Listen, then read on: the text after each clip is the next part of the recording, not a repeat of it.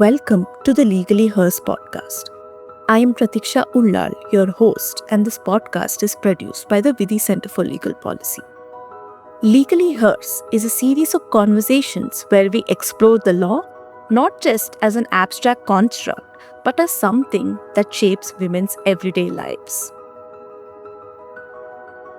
Dear listeners, thank you once again for tuning in. This episode is especially meaningful to me for more reasons than one. With it, we bring the guest segment of this mini-series to a close. Over the course of this series, we have heard from guests who have shared their ways of understanding themselves and the women around them, while also helping us uncover the many ways in which women's lived experiences have been marginalized and invisibilized in reality and in law. In this final guest episode, we delve deeper into the politics of seeing and explore what it truly means to center women's experiences within any given medium. To do this, we engage in a candid and a free-flowing conversation with Ms. Paromita Vohra, wherein we discuss her recent documentary, The Working Girls, and unpack the ways in which it foregrounds and centers women's lived reality. Tune in as we explore how women's lived experiences are distilled, represented, and brought to the forefront through this powerful document.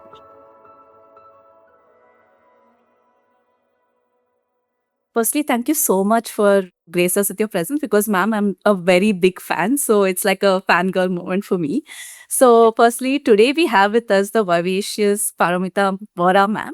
So, I think ma'am needs no introduction because she's a filmmaker, writer, and founder of the groundbreaking Agents of Ishq.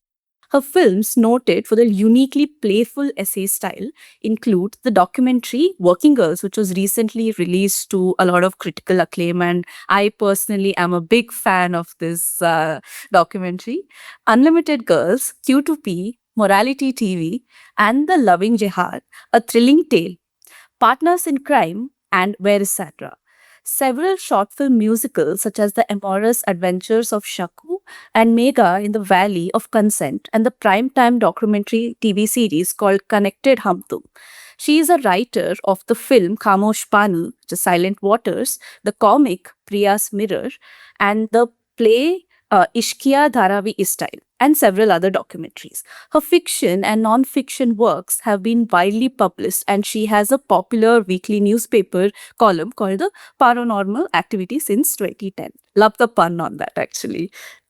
Yeah. So, ma'am, a very warm welcome to the Legally Hers podcast. So, to begin, maybe we can, ma'am, please tell our listeners about your journey that drove you to filming. First of all, thank you very much for having me on the podcast. And um, I think it's very difficult to really say there's a particular journey, but I would say that I was one of those people who didn't really know what I wanted to do. I just always knew that I didn't want to have a regular job in a regular office. And, I'm one of those cliched people who did badly in maths and science, but did very well in English. So yeah, I studied English literature, and essentially I just kept doing the things that I liked, I suppose. And back then in 1989, when I finished college, there was a new course called mass communications. And then just to buy some time, really, when my father said, "What do you plan to do next?" I was like, I have to tell him something. So I said, "Oh, there's this new course called mass communications." And so I did that. And it was a year-long course in Bombay. And during that time, actually, it's the first time in my life that I properly saw some documentaries. Because before that, it's not really something that most regular people watch. And documentaries just meant the slightly boring films division things we saw before the main feature in a theater, because that was the practice in those days. But I then saw films that were both playful, that were political and, passionately political. And I realized that there are so many different forms that all fall under the title documentary. And I think that at that point, like if you think in 1990, it's just 1 year before liberalization. And unlike today's time, where creative professions have proliferated, right? For a young woman who is a bit artistic and a bit politically annoyed by everything, which is very typical of a 20-year-old. Actually, documentary seemed like a very fertile space. It wasn't very easy in those days to be doing other forms of media. Not that people didn't, but yeah, documentary to me seemed like a space in which I could both explore my artistic desires, my creative journey, so to speak, but also a place where I could express a political understanding of the world, right? And I use the word political in a very broad sense to mean really thinking about the reality around you, your relationship to it, understanding not only questions of privilege and hierarchy, which are, of course, a crucial part of politics, like understanding the way that power functions, but to understand also its complexities and to understand people as being more than just an example of their identity, but there are very complex and multi-layered processes through which societies exist, through which people not only survive but thrive in spite of all the difficulties stacked against them. And to be able to learn from that and to be able to express something new from that. So I think that's really how I got into documentary films. And but also there were in the early 90s, post liberalization, a kind of media boom. So I also had a lot of friends who were working in television, who were working in advertising.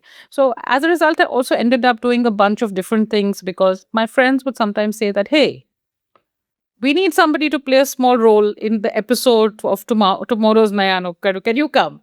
Uh, we are looking for a girl who wears that, like those ethnic Delhi kind of outfits because I had just come from Delhi to Bombay. So I had many of those Okay, clothes okay. and the silver jhumkas and the whole thing.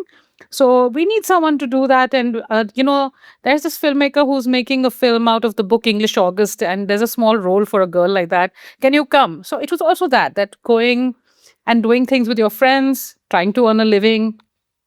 It actually meant that I ended up doing a number of different things which were not documentary.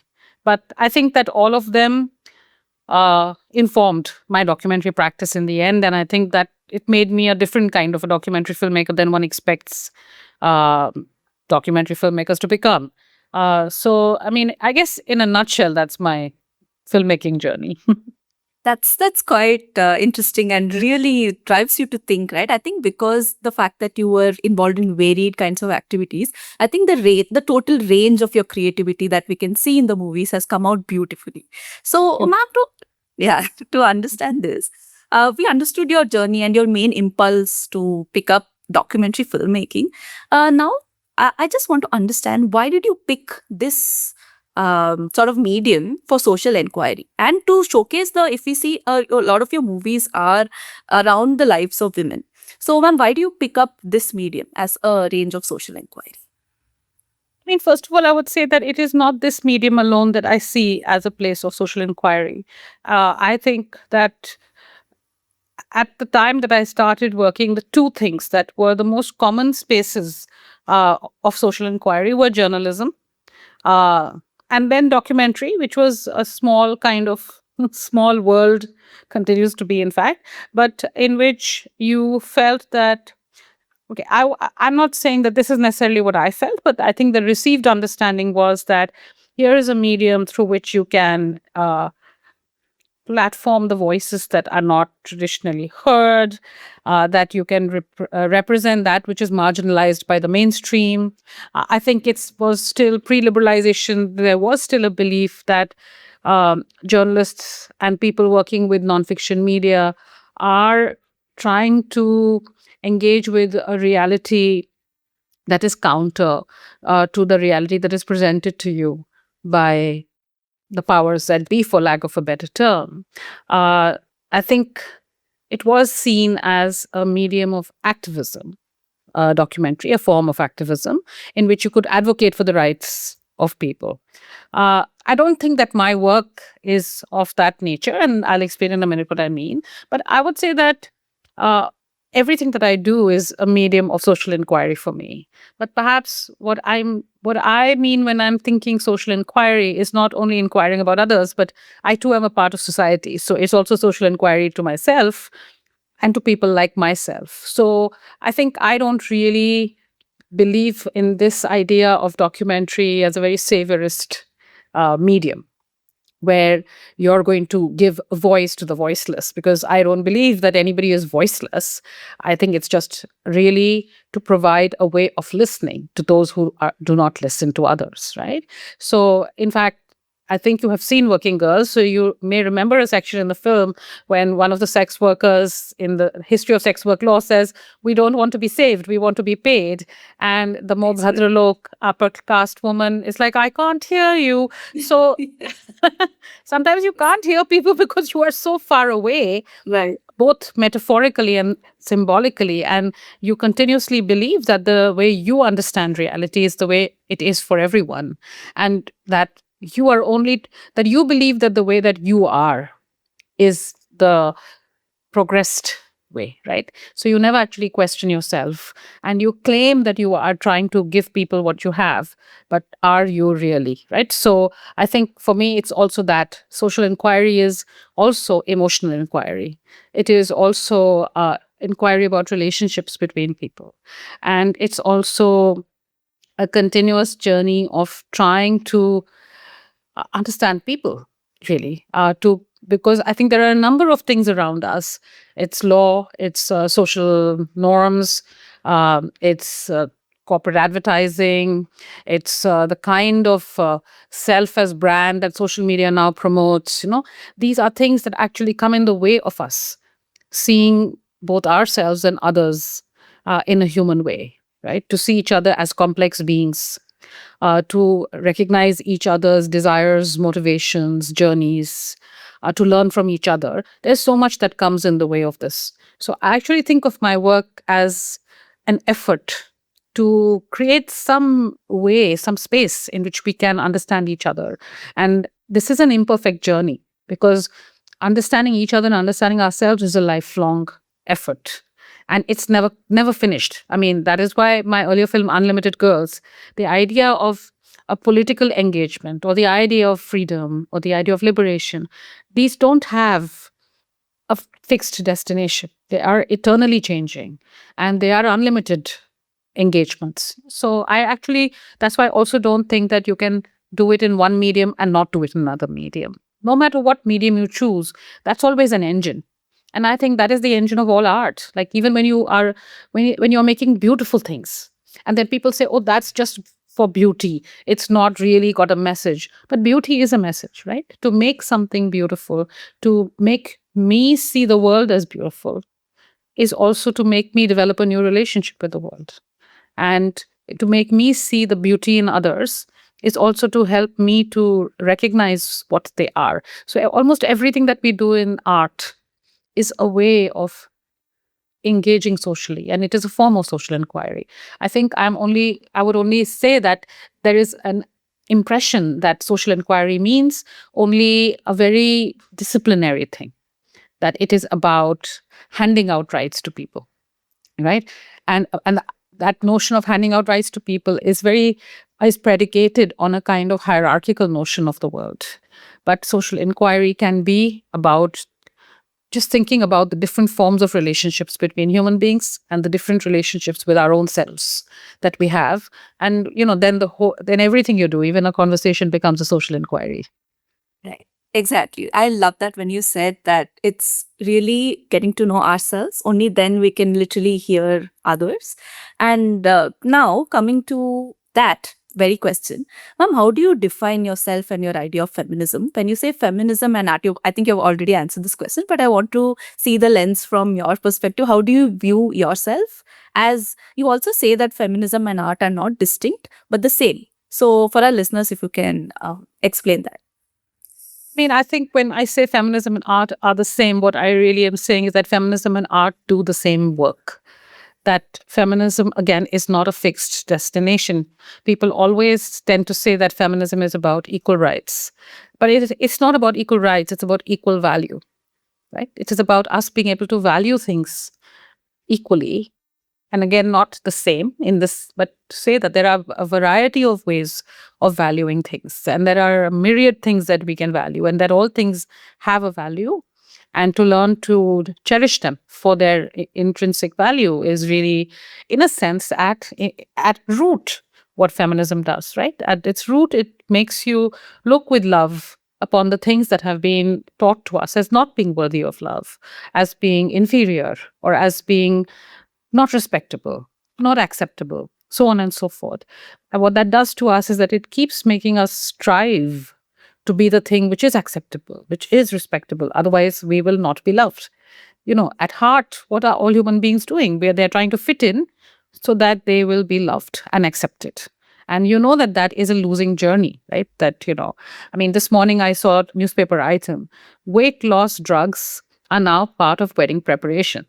So that's it. I mean, in a nutshell, again, it's a little window which tells you so much about relationships, that it's about looking good at the wedding, and you're so worried about that you're probably not thinking about what is going to be this life with this person that you're going to lead.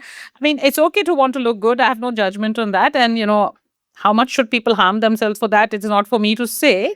But I just feel like uh, to be able to be seen as beautiful in different ways, for example, is also a goal. To be seen, to value intellect of different kinds equally is very important. Whether you have a PhD or whether you have 30 years working as an artist, I don't know who knows more between the two. I mean, that's debatable, right? So to be seeing different forms of knowledge, different forms of gathering and systematizing knowledge, um, with equal love. In a sense, feminism questions the hierarchies which prevent this, and those hierarchies which then establish power on the basis of what is more beautiful, what is more acceptable, what is more intelligent, etc., etc. And in a way, art does that also. Art allows you to see the world differently. The art allows you to be compassionate to someone you might find unforgivable. So it is a very powerful medium, actually. It can also make you feel violently towards somebody. It can also teach you how to look down on others. But, I mean, I don't mean that feminism and art do the same thing instrumentally, but I mean that they are the same kind of form of examining what is unspoken, what is intangible, and what runs under the surface. So I think that when you engage with feminism, uh, and you engage with art or through art, you're trying to achieve the same goals. At least I am trying to achieve the same goals, which is that I'm trying to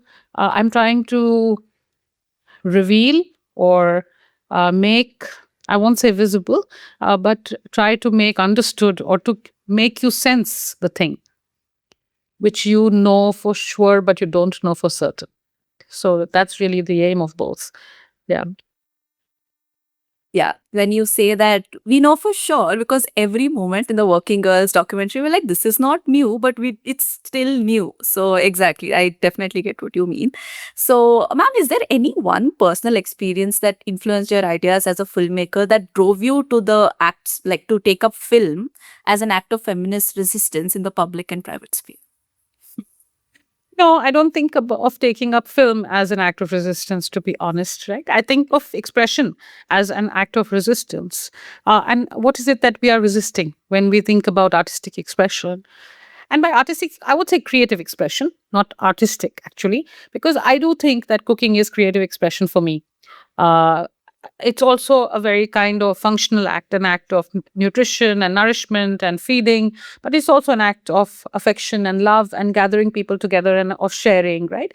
And I think also of my work in film or in digital art or whatever else I do, in the same way that there is a kind of table that you are creating, at which you hope that people will gather and break bread together and talk and connect. And it's not a kind of military notion of community. It's like when you come to a table together, it means you also go to other tables, or you are not forever sitting at this table. So these spaces where we come together, we go away, we come together, we go away. I'm very interested in trying to create a space like that. And I think even the way you dress, or even uh, the way you conduct yourself in the world, the way that you manage your relationships, so on and so forth. These are all, in their own way, potential acts of resistance. And I just also want us to be cautious when we use words like resistance, because, it's so easy to actually uh, become stagnant in these ideas. Like if you say, oh, the way I dress is an act of resistance, then every outfit becomes an act of resistance. And then you strip the word resistance of meaning, right? So it's really not so instrumental or so fixed. It's not such a rigid thing. But I think that every day you try to say that something else is possible than what the world tells you is possible. You do it in small ways and you do it in big ways. So I think where my films are concerned, or any of my work is concerned, it's not the fact of the films, but it is the manner of the films that resists an idea. And I think the idea that I'm resisting is the idea of respectability. I mean, I think if there's one running theme in my work, it is the wish not to be respectable. And I'm not saying again that I like hit the mark every time. I mean, I am who I am and where I come from. And so, but the effort is to not always be like, if I make a film in a very serious way, a very solemn kind of tone, if it's about one character, one idea, then it has a kind of trajectory in the world which is respectable. It will go to certain film festivals. It will be curated in certain ways. Critics will write about it in a particular way. And that is the convention of the world. So it's kind of like being the fair-skinned, straight-haired, convent-educated virgin bride. So you can make a film in that mode. Documentary films in particular have been a domain very much like all films actually dominated by men for a very long time. They have had a very masculinist kind of shape that, it's very ascetic. It's not ornamental. It's not, it's always very serious. So it's like, the science student of filmmaking. Oh my God. I Sorry. can't unsee this now. No, I am an artist. I love humanity. So I'm So I mean, the idea that there can be something pleasurable yet serious. yes. That there can be something which is very funny, but it's also very painful. The idea that you can love to think, because thinking is always shown to us as an activity that is not fun. Thinking is supposed to be very tough.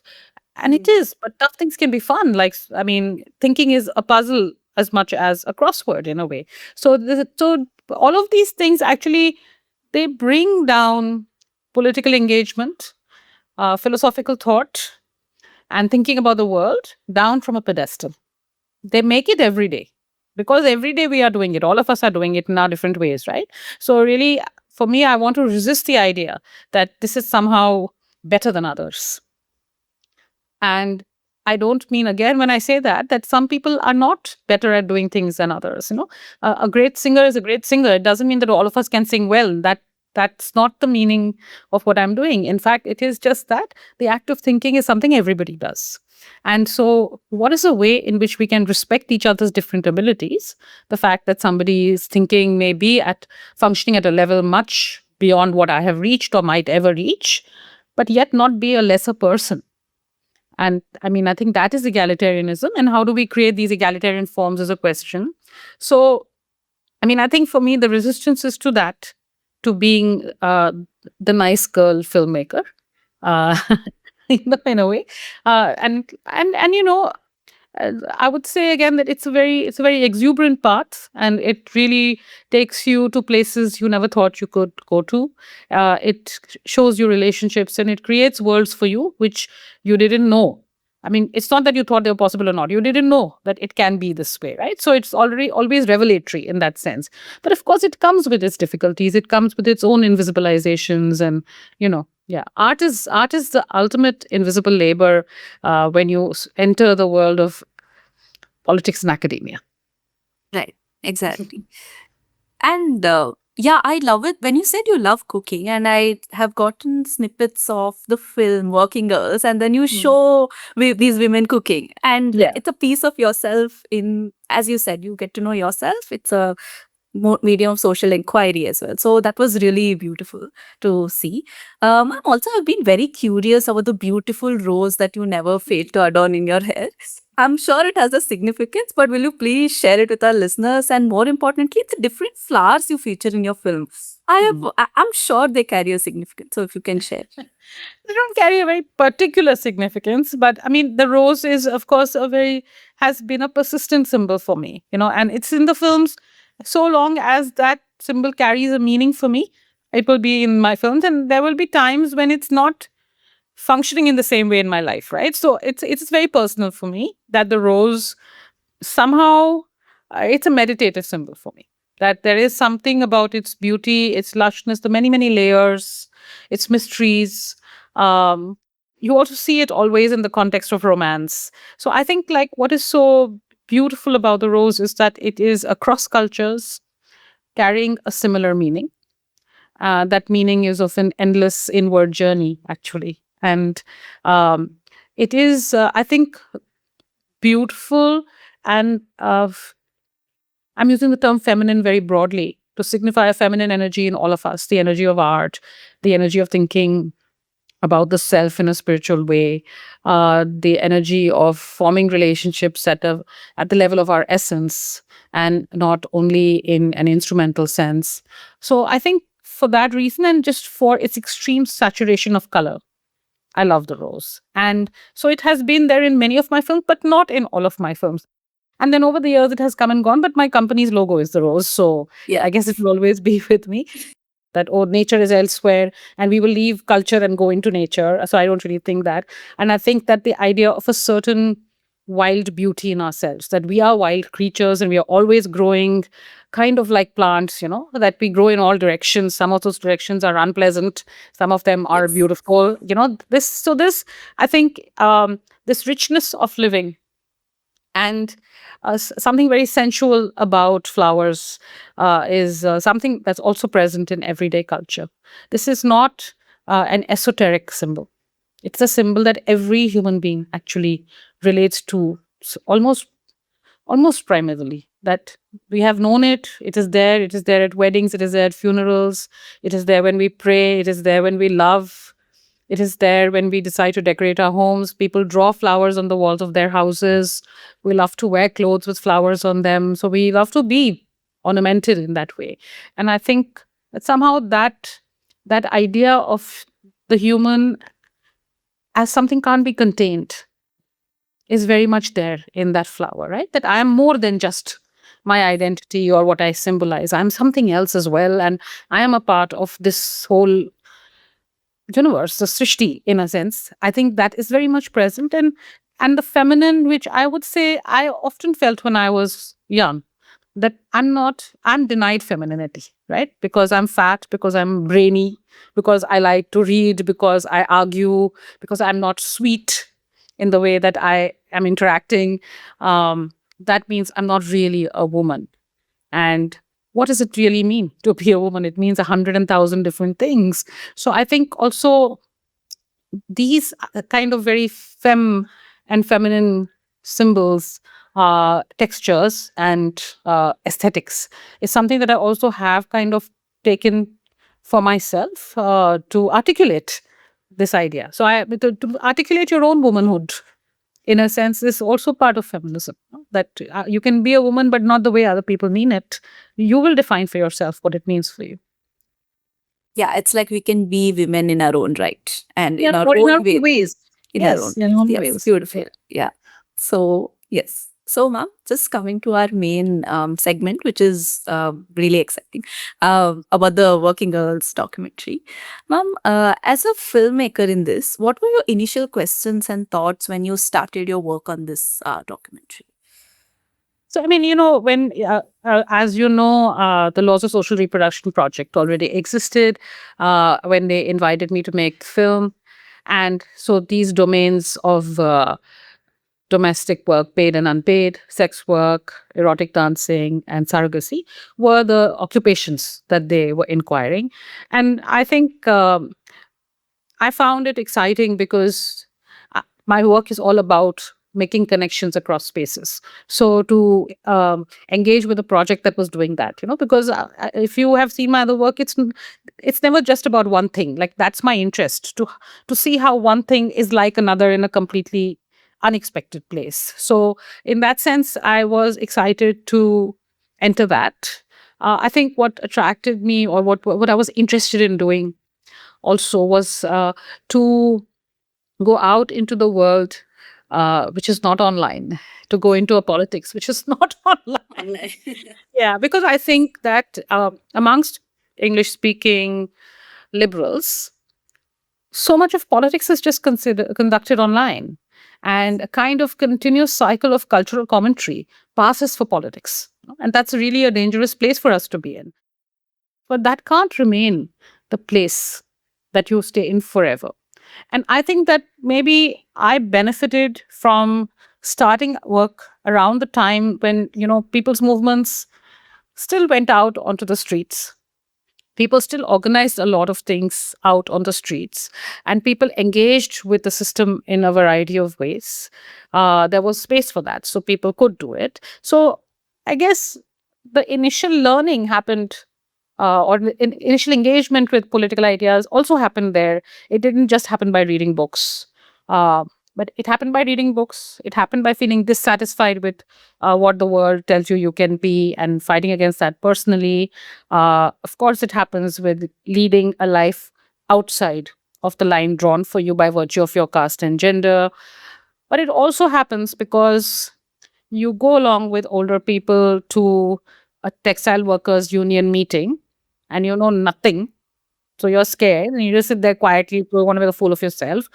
But you make coffee for people, you help clear up, you try to do something just to make yourself useful.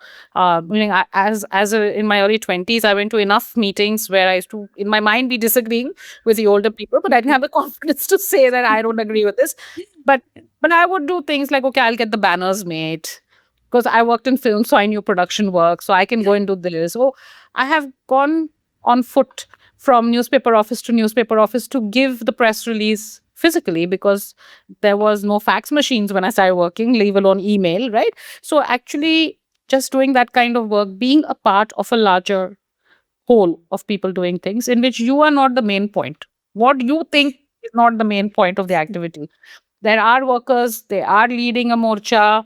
You have decided to go along for whatever set of reasons, and you are making yourself useful in the way that is asked of you. This was a very important learning, the understanding that you are not the center of every political narrative, which I think that the online world doesn't let you learn. So I think this was where I felt it a lot, that there is a need for this, and that's what was really driving me while making the film.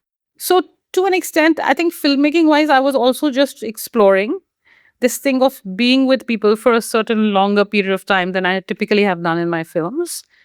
But also, I wanted to express through the film the idea that you should be affected by and changed by people, not by people's stories. We're always trying to tell, oh, like we want to get a story. Her story makes her so great. But actually, it's not about everybody has a story, man. I mean, you have a story, I have a story. We have 100 stories depending on where we are standing.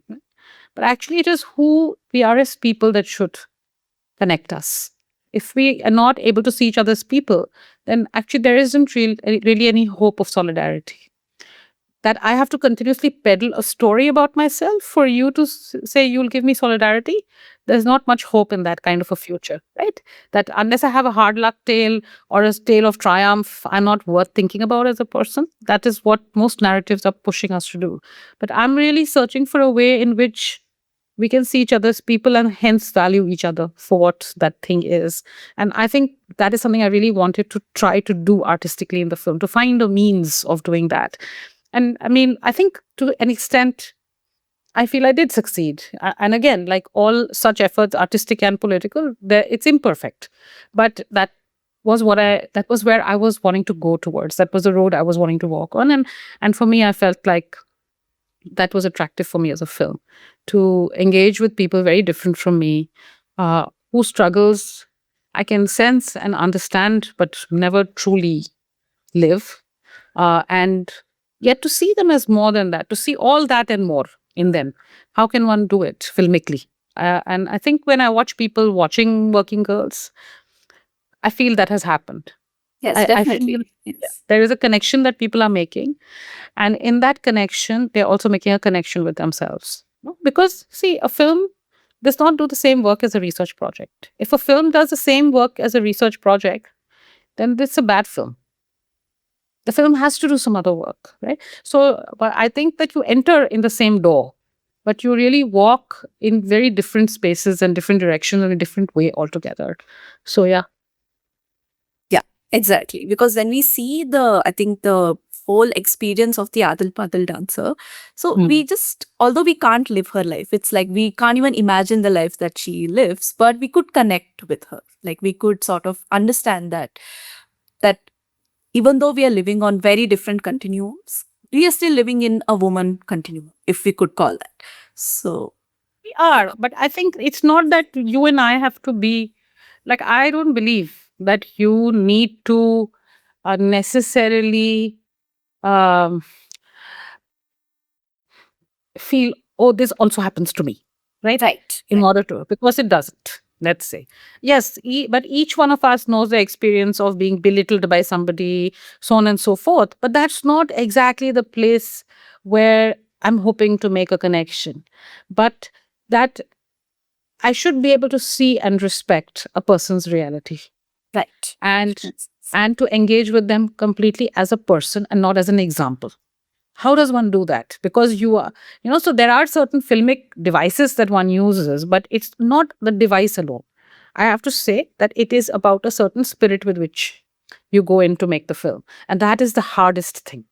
That is harder than editing and like, filmic devices, filmic methods one can arrive at. It's also hard work, but that is the business of creative work, that you keep on trying and shaping and sculpting things in different ways. But actually finding a way to be during an interview and to engage in an interview is the hard part. To Right. create a manner of seeing is what you really have to work on, and which is a physical act.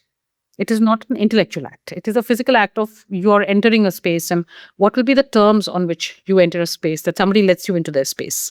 Yeah. Yeah, exactly. The manner of seeing is something that I want to focus, because I Mm. feel I think you've spoken about this in many interviews as well. When you were sort of engaging in the act of filmmaking and then recording, what challenges did you encounter? And how, I would say, I would like to frame it differently to say, as you said, manner of seeing, I feel, is a way to center women's experiences. Again, it's another word that is like we call it the female gaze, and that's how it's a very broad term, and it's very um, ambiguous right now, which is why through this podcast we are trying to explore that in different realms and different disciplines. So, ma'am, how did you center women's experiences and in this way, in this very creative way, and what were the challenges you encountered in the manner of seeing and to build that? And I think one of the ways in which we did that is by centering experience, not by centering identity or how should we do it. So we did decide that we would center the experiences of women and queer people. That because that has been considered the margin, it will be the center over here. And then let's see what will evolve because that has been centered. So I think that in a sense, Working Girls really benefited from those 10 years of learning for me, in that it was possible to center a person's experiences, not their identity, not their profession. Because, when you center a person's experiences, then identity and profession, everything enter automatically.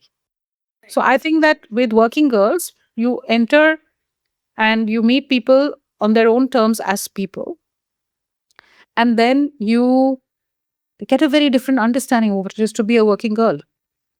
You understand work itself differently. You understand girl differently, woman differently, person differently. And of course, filmically, the way that it happens is, for instance, when we first meet Vanita, Yeah. we meet her through a tremendous self expression. She is cooking, and it's a film about care work and invisible labor. So you think that she might be a domestic worker.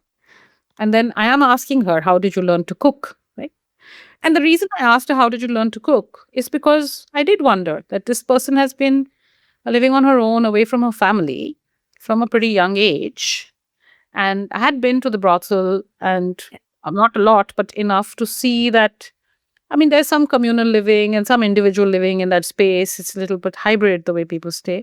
So I was genuinely curious. Like, I can't make chapatis, right? For instance, I love to cook, but I can't make chapatis. And then when I was rolling out the chapatis, I thought, like, how do people learn actually to make Yeah. chapatis? I think there's a curiosity which is both personal and human. Um, And also, yes, I am drawing on that experience of living on my own as a young person from a very young age and having to learn to cook. I didn't learn to cook by like being in some nice traditional kitchen. You know how people always write these stories about my grandmother's kitchen? I mean, my grandmother used to cook, but not in the same way. So I didn't grow up in the kitchen that much. So I actually taught myself to cook. And so I became curious about that. Now, the thing is, why is it important that we see Vanita first talking about how she learned to cook and then about all the gods around her? The reason is that Vanita is a person of tremendous individuality. She defines herself very strongly. It's very important to her. She defines who she is. She defines how she should be seen. She doesn't want to give in to the gaze of others as an individual. I'm not saying this is true of every single sex worker. It is true of Vanita, right? And you see it at every minute. It is a portrait of Vanita, therefore, right? It's not a portrait of a sex worker, as if every sex worker is identical. It is a portrait of Vanita, in which she says many important things. Like when I ask her, do you cook well? And she says, Kabhi khud kha ke dekho. Right. Taste it and see. And you judge for yourself, but there's a certain kind of confidence in that response. So it's not a confidence of saying, yes, of course I cook well. It's like, well, try it and see. And that is a different kind of confidence. So you experience her confidence in that way. When I ask her about gods, she says, Shraddha honi chahiye bhagwan koi sa bhi ho. So what she really does is she centers faith in herself. It's a question of my faith. It really doesn't matter who the God is. Like I feel faith. So I express faith towards whatever I want. Somebody else does not tell me who I get to express my faith to. And then later when we talk about marriage and sex work, and she says, I'll tell you why I don't want to get married. Because मैं independent लड़की हूँ. मैं खुद खड़े होने वाली लड़की हूँ. I have a person, I have stood on my own. I have made my own life. This is a profession that helped me to do that. And I'm not giving up that independence easily. So her idea of independence is very multifaceted. And it also offers you a philosophy of thinking of independence. So it's not about you deciding, because she's talking about constitutional independence. She's talking about personal autonomy. She's talking about a kind of tremendous spiritual autonomy as well. So there are so many ways in which her sense of autonomy is continuously being expressed. But it is expressed, it is not defined. And that is really the important thing, that people these are ideas they are universal ideas. We all engage with them, each one of us, but they cannot be defined. They are expressed and interpreted by people in different ways, and we learn from each other's interpretation, actually, of the law, of society, of philosophy, of intellectual ideas, of beauty, of aesthetics, right? So you learn from Vanita an expression of autonomy without knowing that that is what you are learning. Actually, you don't think that when you're, but it's just entering your system. You may see it as specs, but they see it as work. So that is how that differentiation is being made, not by telling you that you see it's work and you think this way, but also talking about work as work. So what is a big deal for you is mundane for somebody else, right? So I think that in different ways, or when you meet Rita, the egg donor agent, actually you meet her walking into where she used to live and then walking back to her house. So in fact, it's her entire journey that she is very proud of. It doesn't matter what you and I think of it, actually. She thinks, I could not even have imagined that I would come here. And in that, there is a sense of relief, there is a sense of achievement, there is a sense of pride, there is a sense of pain. Everything that you and I would feel on talking about a journey is present in that little bit, right? So actually, to experience people, to hear about their experience means to center them. That is what it means to center somebody, right? And then because they are women, because they happen to be women, there are some commonalities to the idea of gender that define their experience. And then there are some differences as well. So when you center experience, you allow people to go between identity and individuality as has been true to their lives. And I think, yeah, this, for me, this is a meaningful way in which to talk about someone, or how I would like to be spoken about as well, right? I feel everybody who interviews other people should be interviewed a few times. Yes. Then that's to understand how horrible the experience can be, actually. Yeah, and yeah, I definitely get that. Yeah. So again, when you say that मैं independent लड़की हूँ, so I really like the way that you used girls instead of women, and I'm sure you have answered it in many interviews. But I want our listeners to also like, why did you type to understand this? Why did you title this documentary as "Working Girls"? Because the idea of a working girl is it's a concept. Working girl is a concept. It's not a description. Like working woman. And I mean, as I have said before, like who will go to see a film called Working Women? Will you go and see it? I'll not go and see it. Yeah, definitely. So why will you go and see a film called Working Girls? Because it calls up a concept in your mind of pleasure, of leisure, of fun, of independence, of being out in the world, of girlishness. Girlishness as an idea exists across genders, I would say. It's a part of us that is a little bit frolicsome and free and becoming someone, about to become someone. And I think, Jay Devika, in one of the conversations after the film, she said this thing. She said, "You probably were not thinking this when you did it." And she was right. I wasn't thinking it when I did it. But, you continuously see the women in front of the mirror getting dressed for work. And in a sense, when they get ready for work, they are no longer the person they were yesterday. Every day when they go out into the world, they are a new person. And it is as if they prepare themselves to go out as a new person. And I thought that is a beautiful interpretation. That is, I think, like one of the things after you make a film is that people also have multiple interpretations and you learn from those interpretations. So it's fun. And I think that girlishness captures that. Every day you think, who am I? And you're deciding who you are, and your work is one way in which you decide who you are, you express who you are. So I think that was it. And the other thing is that there are a number of films called Working Girl, which I love, all of them. And the song Working Girl from an American film, 9 to 5, Yeah. in which some secretaries kidnap their boss take over the office. So there are these kind of feminist works, pop feminist works, which I have tremendously enjoyed as a young woman. So it was also referencing of that. Yeah, like as you see, everyone was like laughing, they had fun. Actually, I could see that they were having fun and you were having Yeah. fun as much. So I think Yes. that seeped to us because their laughter and their stories and also their leisure time. Yeah. Yes. Or how leisure is in the middle of work, right? Leisure. So it's not Right. such a separation because, I mean, women are always working, especially poor women. It's working in the house, working outside the house. And there is a very beautiful project that you might know on Instagram called Women at Leisure.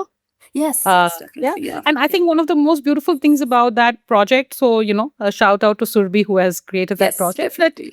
that is that you see women taking leisure between doing their work. So Right. leisure is not a capitalist activity that you go out and do it at a separate time. Like nature is not away from where you are. So leisure is not away from where you are. You grab a moment of leisure. I mean, say the person who comes to cook at my place, because I live alone, because I'm a woman, there is a kind of leisure also. She can be a bit free, she feels. So sometimes when she's cooking, uh, I see that some days she's feeling harassed. She wants to leave early, she's feeling hot, whatever. And there are other days when I see that she's enjoying herself doing something, or if we try out a new recipe, then she eats it and she says, this is very interesting, I'm also going to make it. So she's grabbing a moment in between. Right. To not just be the person working, but also to be a person more than the person working. Or sometimes she decides to just hang out for a bit. She knows that she won't have time for leisure in the next place she goes to work. So she takes it for 10 minutes for herself, right? And you see also people sitting downstairs, like women who work in house, domestic workers who work in houses. You'll see them sitting downstairs in a Right, building. yeah. They're just like taking a few minutes to chill before going home, before going to the next job. And I think so people, and then they are talking to each other and they are having fun. Right. So that moment of fun which you have with each other, it happens in the workplace. Women connect in workplaces and have fun together. Women don't only have fun in the Sex and the City way that we went out and had brunch in Cosmopolitans. Yeah, okay, that's also fun for some of the time. But if I think even of the friendships that I have made, so much of that has been made while working together. Because so you see all these films about the ladies' special in Bombay and the ladies' compartment in Bombay. So that when women come into that compartment, they do not have any other role. They are between home and between work. They are just themselves. They may be chopping vegetables for dinner, but they're also listening to music and reading and doing crosswords and playing antakshari and, buying 10 rupee earrings, whatever. So I think the way that these things are woven together or have to be woven together for women also, that actually they sometimes have to weave the leisure in where they can get it. And sometimes that leisure is in the togetherness. The joy is in the collectivization. The joy is in the political connections and expressions. So I think it also changes our view of what is leisure for human beings. Yes, yes, definitely. Ma'am, we also understand that the filmmaking process is a series of selection and deletion. So it's a constant sculpting, as you said, a process that is quite going on and on. But ma'am, please would you give us a sneak peek to the deleted scenes that did not make the cut? And in one of your interviews, I think you also referred it to that one deletion, I think, which caught my attention very much. So when you spoke to the Saheli group from Pune, so please recount what transpired for us.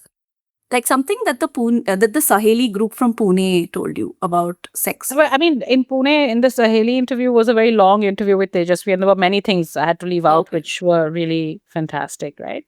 Oh, yes, I know what it is. So, I mean, I think like what happens in a film is that people say so many interesting things, and there's a temptation to try to use all of it. But eventually, um, there's a material reality of how long a film can be, and you want people to engage deeply with what is being said. And that is why in a film you're constantly kind of creating a sequence which invokes the essence of the conversation that you have, or evokes the essence of the conversation you've had, and doesn't try to encapsulate the conversation. The idea is not to cut it down to a précis of what it was. So it's not to reduce it, but rather to get somewhere at the essence of it, the feeling of it, the nature of the conversation, as well as some of the things that are being said, some of which are functional things, some of which are narrative, and some of which are philosophical. So these are the kind of three registers at which a conversation works. So one thing is that, we also shot with the Anganwadi workers strike in Bombay, but we couldn't include it because it can't become like a series of examples. So the Asha worker strike was a bit more engaged and involved kind of sequence. And so it was also in a state which has a left government. So the assumptions that, some governments will be better than other governments, that goes without saying. But, to not have an assumption that that's all it takes. You change the government and then everything will change for women. It's not, that's not how it works.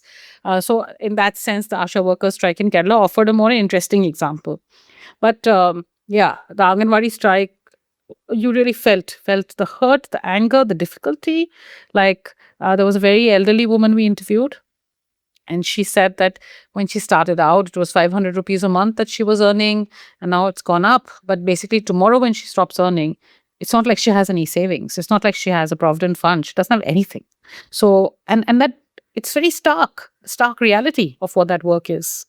And they were very angry, the workers, and they were like, we won't let this government come back. And so their rage, their pain, and their lives, all of it could be seen. So I felt frustrated that we couldn't include it in the film, but that really, those are the painful decisions when you're making a film, of what to leave in and what to not, what you have to go without. I won't say it's what you leave out, it's like you have to go without it. Yeah. So, and I think, like, also, for instance, Tejasvi at Saheli said this thing which I felt was so vital, but we couldn't keep it in the film without, because you can't just put a line in, right? It's not like when you're in a written piece, it's a little bit easier. But in a film, it has to have a kind of roundness. It has to have a naturalness to it somehow. One thing should lead to another in a way that makes sense. You can't put a bridging line that you can in writing. So she said this thing that, when you talk about trafficking, and at that time, women are trafficked without their consent. But when you save them, you also save them without their consent. So when you do something without the consent of people, are you really helping them? And then, of course, later she says that after you save them, what do you do? What do you give them? Silai bunai kadhai. You teach them how to stitch, and you think they're supposed to make a living doing that, right? So I think that there were many such fantastic lines that people said, which I would be like, oh my God, like this is changes everything. No, and you think it's so succinct, that one line, and it makes you think about everything so differently. Everything. Yeah. Right. So, I mean, there were many such things that we had to let go in the film. Many funny things that people say, and yeah. Yeah, I definitely understand. Yeah. So I think, and also, I think the way that you captured the ASHA workers and their protest was really interesting to me. So, and you also mentioned they were not part of the scope. So, why did you? It was they were not part of the initial scope of the project. So, ma'am, why did you include them, and what made you think that the involvement would deepen the direction of the documentary? Yeah. I mean, I think that, the different professions that are looked at along this idea of marriage and market and forms of work, which are predicated on women fulfilling a social role, which enables a kind of extraction that keeps capitalist society going, and that also preserves the patriarchal and caste hierarchy of the world, and the state's role in and the law's role in allowing that to exist. In some ways, it finds its kind of apogee in the ASHA worker. That one is that you extract from women in the workplace, you extract from them within the household. And by the household, I mean, of course, the domestic worker as much as the housewife or the homemaker. And but at the same time, the state has institutionalized that idea in the ASHA worker. When the ASHA worker says ki every ASHA worker is like the mother of 1,000 people, right? That is actually the idea that there is a nobility in this work. Hence, it should be an honorarium. It should not be a salaried job, right? And it really took me back to the days when, in fact, I had made this film called A Woman's Place, which is about law in South Africa, the US, and India. And the case in India was the work of Flavia Agnes and two of her clients, one who had a love marriage, one who had an arranged marriage, and then their subsequent divorces. So, when we would show that film, there was this one time in a screening where a man came up to me and Ritu Diwan, the economist. She was also there at the screening because she was a professor at Bombay University, and I had gone there. I showed her. And this man was like, "Are you suggesting that women should be paid for housework? That is shocking. My wife does things because she loves me." And there was the other time when a woman who was continuously disrupting the screening, much the way that men disrupt all conversations online today, came came up to us because I said to her in the middle that, "Ma'am, if you don't want to watch the film or be in this discussion, that's really pretty okay. You don't have to be in the class if you don't want to be." And she said, "No, no, I'm very good at multitasking," which is exactly how students now speak when you say anything to them. But she came up to Ritu and I at the end and she said, "I know why you have made this film." And that time I was very young. I was like 29 or something when I made it. I was 28 when I made that film. So she pointed to Ritu and said, "You must be divorced and you must be single." That was actually true. What he said. But that notion that marriage is something divine, pure, and for the greater good. And actually, that was also how the law defined, like labor law was defined by that logic for a long time. No, that things which are supposed to be for the greater good should not count as work. Right. And I mean, I know that there's a Supreme Court hearing on that right now Yeah, yeah, to overturn that, which is horrible. But the thing is that that notion exists across the board. That there are some things which are supposed to be divine acts, like motherhood, like looking after others, and that this to by giving them money or tainting them, but by using this concept of honor, actually you make that work invisible, right? That's how you make that work invisible, by the way of seeing the work, and by this way of seeing it as divine and pedestalized. You make me also see it that way. That okay, I don't have money, but I have honor. But actually, do I really have even that honor? That's one question. Because I agree that people don't live only on money, but you do need money to live. So the entire enterprise of capitalism and the state is only possible with the unpaid work of all the people who are in right. life. That what makes life possible, care work. But Asha work is a particularly outstanding example because it is formalized into the state. So the manner in which this form of work becomes institutionalized by the state, I think the Asha worker really symbolizes that idea. And why do we need the Asha worker? Because then the system need not really provide for all of us in a certain sense, right? You say it's to bridge the system. And yes, in part it is, but it is in order to bridge the system at less cost to yourself. And what does it also do? It absolves the private sector of everyday healthcare. What is the ASHA worker if not the lost figure of the GP? at one level, right? Who, the family doctor who knew your Right. family history. So you have actually hollowed out all of these caring professions, which were considered professions that took care of others, like the family doctor. And you have privatized them only into a profit making system. And then the Asha worker is supposed to fill that gap and not get paid. So I felt that it makes the entire narrative of the film very stark for us. And so it was important to include it.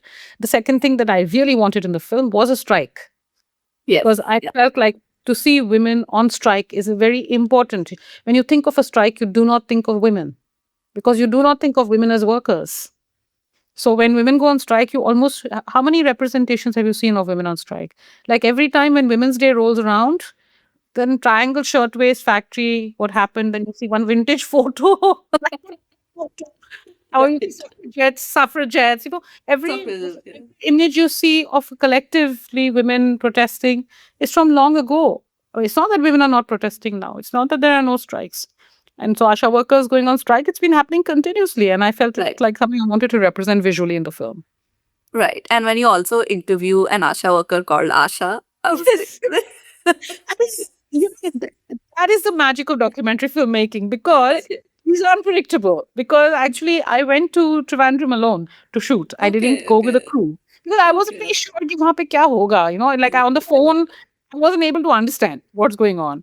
And okay. so I thought, okay, and by then, we were coming close to the end of the shooting. There wasn't much Right, money. right. So I said, okay, let me just go. So I went with an iPhone and I Okay. hired a sound recordist locally to work with me. And of course, I don't know Malayalam, so that was even funnier because I Right. tried to.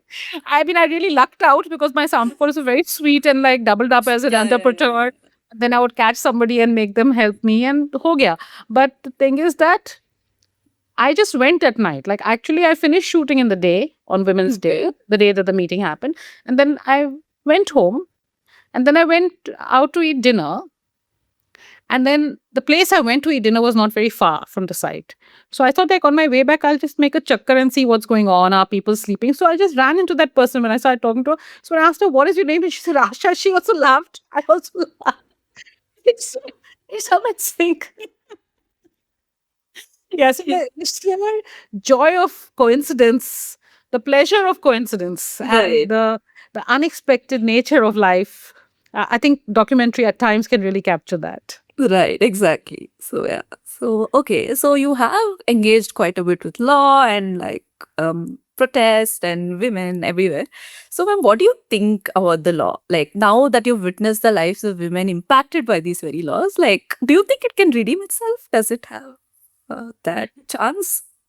I think, I am not like I have an interest in law, but mostly in the stories inside law. So I can't at all speak about law. I think it's not really right for me to be doing it. But I think what one sees is that, law is often made synonymous with rights and justice. But I think what we need a better education about what law does and is for people, as we need about media, as we need about anything else. Like I think people think that if a law is passed, it will ensure justice. And then when it doesn't ensure justice, we say, oh, well, the system is corrupt. But it's not that simple. We know that. We know that law itself does not guarantee, even in the way it is framed, a liberation. So at the same time, the law can contain imagination, and imagination of liberation can be in the law. So I think we cannot see law in a binary fashion, that it is all good or all bad. We know that. Like there are bad poems and good poems, there are bad laws and good laws, right? Like there are great films which are liberating and great films which liberate your id, but don't necessarily liberate society. Right? So I think similarly, the law is a space of contestation. It is a place in which numerous contestations are being carried out.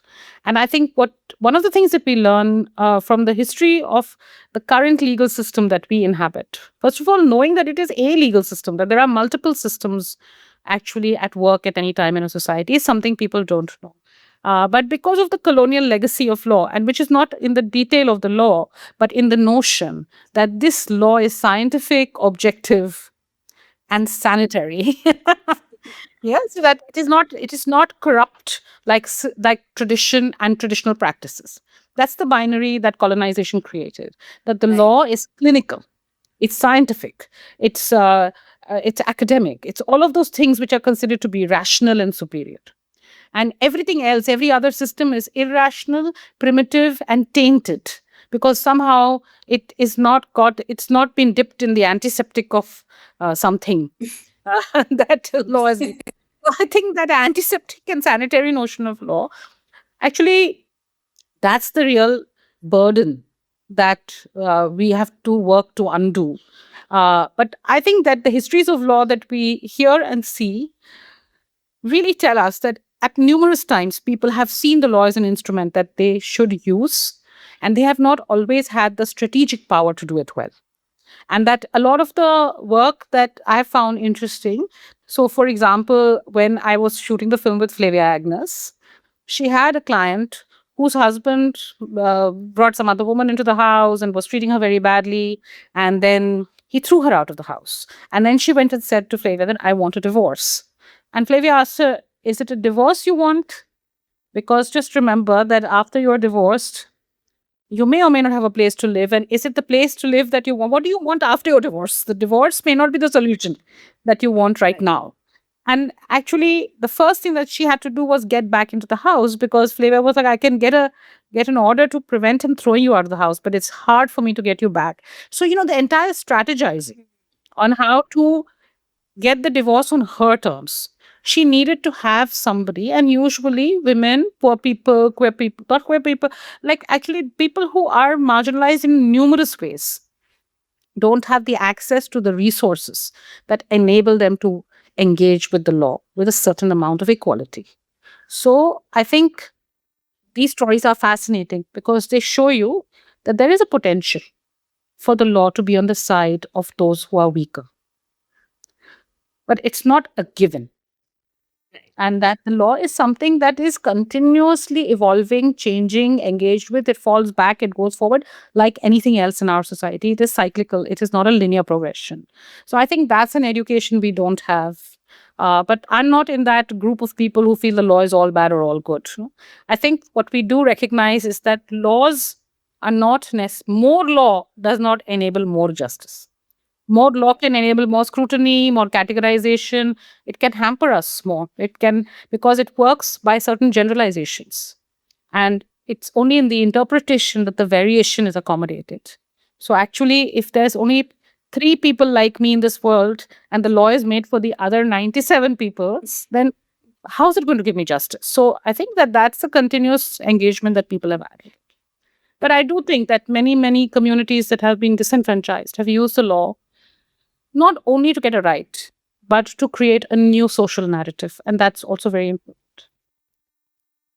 Yes, that's quite refreshing to hear because I'm a lawyer and we are only like siloed in our approaches to law because this is a very refreshing perspective. Yes, ma'am, coming to the conclusion set of questions. Ma'am, what were your favorite first reactions to the film, especially when you premiered it for first for the people who are involved? I know that you did that, so it would be nice to hear them. I mean, I think to watch the people who were in the film, watching the film, was a unique and tremendously overwhelming experience. I can't really capture it in words, to be honest. But, like to see the different expressions flitting over their faces is like dhoop and chow, that at moments their eyes moisten, as at moments you can see that they are welling up with emotion. At times they are laughing, they're happy, they are feeling seen, or feeling good about themselves. I mean, I think like when Kaushalya saw it, she felt a sense of pride in herself. But definitely for me, in everybody who was watching, because I used to keep watching them while they were watching the Shameless. She really wanted to know what they are feeling. Not the polite thing that they might say, but to try to gauge what they are feeling. Yeah. And I think there was always a few moments on each person's expression that was a bittersweet expression where they feel that their pain has been seen, but so has their ability. that I have made my life with my own hands, and that is there for you to see. It is so rarely acknowledged, right? For all of us, we all feel, every single one of us feels we are not acknowledged. Every horoscope is like, are you feeling not acknowledged? And you're like, yes, yes, it's my horoscope because it's everybody's horoscope. Yeah, so the whole new age system exists, is rooted in the reality that each one of us feels not acknowledged. And I think that feeling a moment of acknowledgement of what you have done is, and not to not be seen only in terms of your suffering, but to not have your suffering shut out, right? Is It doesn't come to us very often. Like whenever it happens, if somebody does that, even for me, if somebody talks about my work in a way that I feel they really saw what I tried to do, it is an indescribable moment. At that moment, you forget your anger, you forget your difficulty, you forget your all the time working hard trying to make something happen. For a minute, you have ease. For a minute, you know? And so I think that moment is very special. Asha workers, because we had the screening in a group with Asha workers, it was like very rambunctious, and they were clapping and singing, and and at the end of the screening, when it was like, should we have a Q&A? And then I was like, I don't think, I think we everybody's just in a good mood. And I don't think I have anything to say. And then they were like, okay, working girls assemble and taking photos. Oh, And wow, so sweet. yeah, so it was fantastic to be able to be a part of that. For audiences, I think a few things. One is that fear that you have made a very long film and now people are going to hate you. It's a long film, I have to see it. So I feel very anxious, but I don't believe in boring people. So I'm very worried if I think people will get bored. So it's been quite stressful to watch with audiences, to be honest. But I think there are some screenings in which, like there was one screening in Bombay, in which you really feel sometimes the audience is one organism. Like the screening in Bombay was like that at G5A. They were like all watching together, and there was somebody sitting behind me. And I was like, thank God he's sitting behind me, because, I could hear every sigh, every like, every small chuckle. That person was watching, like, understood the film perfectly. And then later he came and told me, and he said, so I asked him, what do you do? And he said, I'm a film editor. I was like, oh, no, no wonder you got everything. But, there was a woman who came up to me after screening, and she was a regular upper middle class person who probably doesn't think about these things a lot. And she just said, I don't know, I am full with the film. You make us feel like we are there. And she was very moved, and she didn't know the words for what she felt. One of my friends had had a fight with his wife.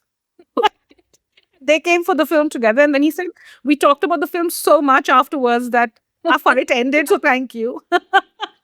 But I think so. Some of these responses were fantastic. For me, what's been really great is young people have watched the film. You can make out that they're really listening and learning from those little legal histories. One woman, in fact, in Pune University, she said this thing that, before I saw this film, I also believed that sex workers should be saved. And when Tejasvi says that word, silai, kadhai, bunai, it was a reality check for me. Like, what do I mean by that? And actually, it has changed the way I look at it. Sometimes people had concrete responses of that kind. And other times, I think you felt a deep sense of solidarity in the room, really paying attention, listening, and feeling along with the people. And I think there were these students from rural management course, and for them, they could relate so deeply to the rural spaces. They were like, my mother is a farmer, my Masi is an Asha worker, and oh, we like the film because it's not capitalistic in the way it sees us. And so these are a very rare and beautiful responses to get. I think my biggest learning from now, we have finished almost 40 screenings of the film in these 6 or 7 months. Young people can watch a film for 2 hours and 10 minutes without taking out their phones. It is possible. So be hopeful. Yeah, definitely. Yeah, that's quite interesting. So, coming to my last question, I think this is a question I ask all my guests. So, the answers are really fascinating for me. So, I just want to talk about Sultana's dream. So, I'm sure you have come across this short story by Begum Ruqayya. So, she had a dream for the world where women roamed free. It was a world full of scientific progress, flowers, and no war. Ma'am, what is your dream for the women of the world, and what is your dream for the world, if we must say, like Sultana had one? I think, if I had to, a dream is always a utopian one, right? And it is a dream of actually a capacity for love, a capacity for sympathy. And I use the word sympathy, not empathy, uh, and the capacity for sharing. I think that these are three qualities that allow us to listen to each other and accommodate difference. I mean, for me, I think an ideal world is one in which we can accommodate our differences. So, in which we change together with each other. Like we are in a series of relationships where it is possible for us to change alongside each other, to not react with defensiveness and anger and guilt when something that we have done wrong is pointed out, but to be able to hold ourselves and each other through that change, to create some means of changing together. Really, that's what I think. And yeah, I think that that sense of abundance and sharing is very important to me. A kind of generous world. So maybe if it had to be one word, I want to imagine the world as a more generous place. That's very sweet. Thank you so much for joining us. It was a great, humorous, witty, and amazing, insightful, and full of depth. That conversation, I really Thank you enjoyed. for having me. Yeah, I don't envy you the editing, but I think you know the process that's ahead. yeah. Yeah. Okay. Thank you.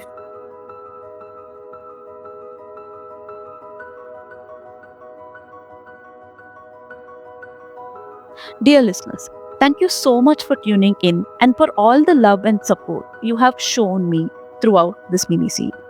I have received many heartfelt messages and how these conversations have touched your lives, transformed your perspectives, and encouraged you to notice and acknowledge the women around you, the lived experiences, and the ways in which the law often falls short in accounting for them. I remain deeply grateful to every listener who has taken the time to engage with and support this movie.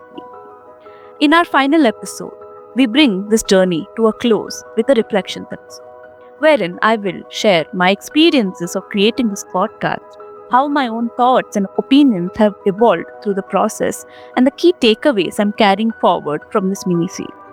Thank you once again for listening and stay tuned.